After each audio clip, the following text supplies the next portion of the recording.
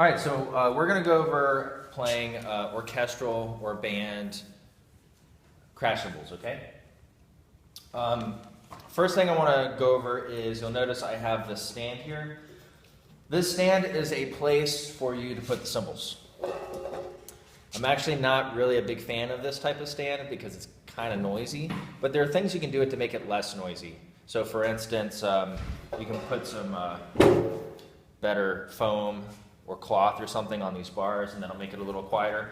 But that's the big thing. Like, otherwise I like it just fine. It's just kind of noisy though, because if you bump into it, it makes a little bit of noise. And when you're playing live in a performance, you don't want to have a lot of noise that you're not supposed to have. My personal preferred method of being able to set the cymbals down as a place like a stand would be a table that has like a dark towel on it. And the reason why you want to use a dark towel is more so because it just looks cleaner. Like if you're on a stage, you don't want something bright, you know, and distracting. Just something dark, like a dark blue or a black. And when you set the cymbals down, you can set one down, it makes no noise. And then when you set the other one down, if you have a big table, you can just spread it out. This is a small table, so what you can do is set it so that one part of the cymbal's on the strap here, and the other part is on the towel. So now I have a place to set my cymbals down when I'm not using them. I'm addressing this first because these cymbals are heavy. Especially if you're a younger percussionist, or you're a smaller person, or for whatever reason you're not a very strong person, these cymbals are going to be heavy for you. You don't want to be standing with them the entire time. You're supposed to be playing them in a piece. So if you have a long period of time where you don't need to play anything, set them down. Give your arm a break. Okay, next thing we're going to talk about is how do you hold these cymbals. Now there's two general ways to hold it. One of them is really more for marching, and I'll go over that right now. Is if you take your arm and you put it through the strap and then you come back around so the strap fits between your thumb and your first finger, then you can grip the whole thing, and now you're holding the cymbal in such a way that it doesn't flop around on you, it's not going anywhere. You can do flips and things and it's staying right there. You do this in marching band because you do visuals and things in marching band, and you have to move around, so you don't want to drop the cymbals. And this is also a way that you can hold the cymbals where the cymbal doesn't go anywhere even if I'm not gripping it. It's not going anywhere. Now, the bad thing about this is whenever you're holding the cymbals this way, you typically will have your fingers or your fist or however you're holding it touching the cymbal, and anytime you touch the cymbal, you're muffling the cymbal. And that may not be a sound that you want. Certainly in orchestral playing, on a stage, you're not really going to want that. You're going to want a full-bodied cymbal sound. So let's talk about how you would grip that. So you're not going to put your arm through the strap. The way you're going to approach this is going to be different. You're going to take your fingers and kind of make like a C or a cup, however you want to describe that, and put that up against the bottom of the strap. And then on the top of the strap, you're going to grab it with your thumb, kind of at the side.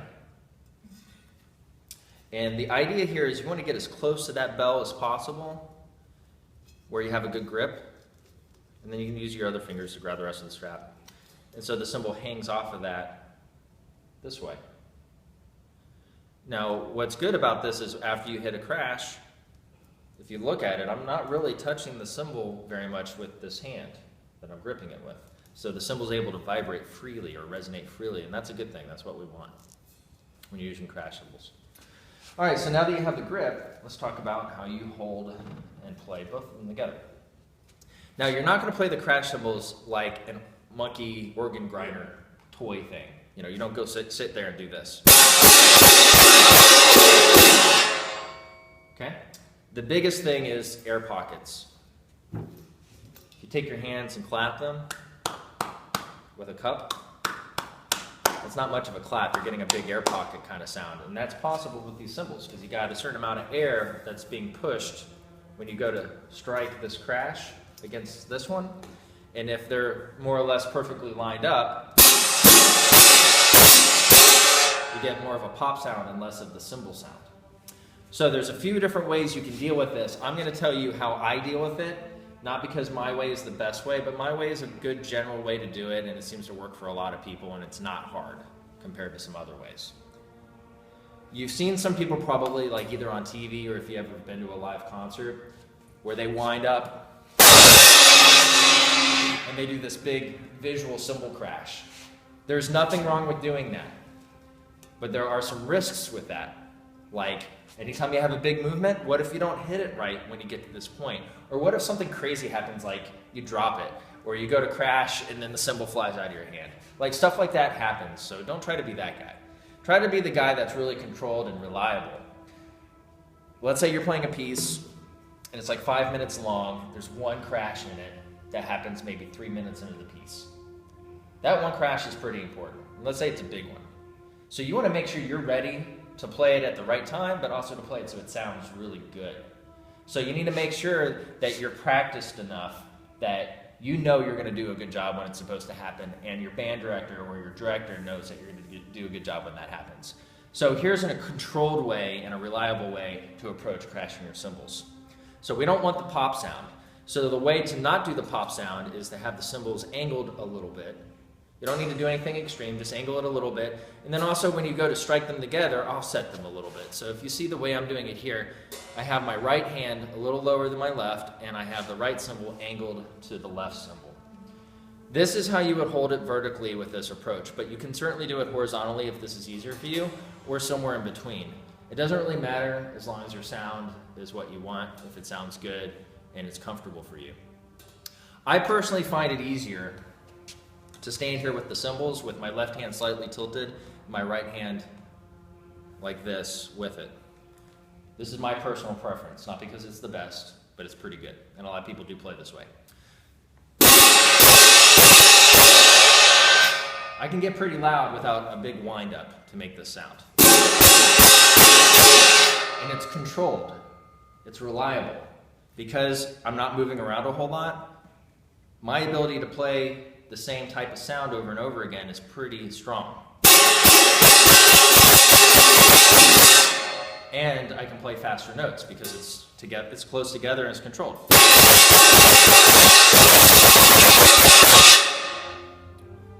Also, I'm not doing extra things with my arms, which is going to make my arms tired, because like I said earlier, these cymbals are kind of heavy, so you don't really want to make that more of a challenge for you than it already is if you don't have to.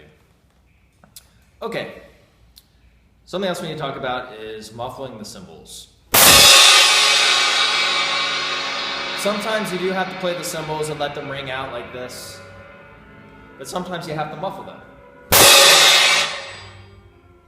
My opinion is the best way to muffle it is to bring it into your chest, kind of firmly. Like if you barely bring it in, it won't stop. But if you bring it in firmly, it'll stop. Okay?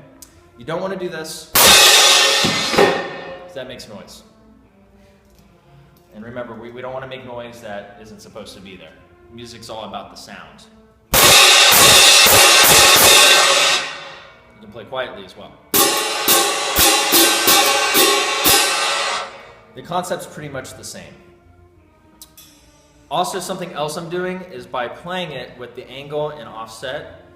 If I did it in slow motion, really what's going on is this front part of the cymbal is hitting first, and then the back part's hitting second. But it's happening so quickly that you don't really notice it.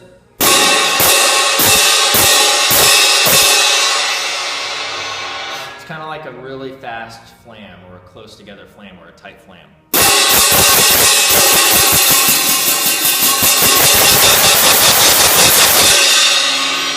And there's other sounds you can make with your cymbals. Like, you know, there's these kind of sounds.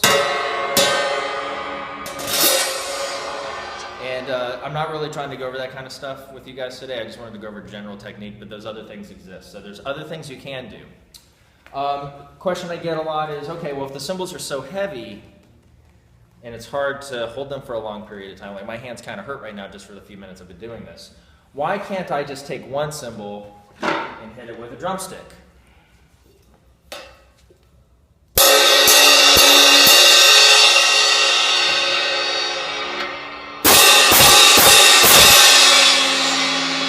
The biggest difference is the sound is different.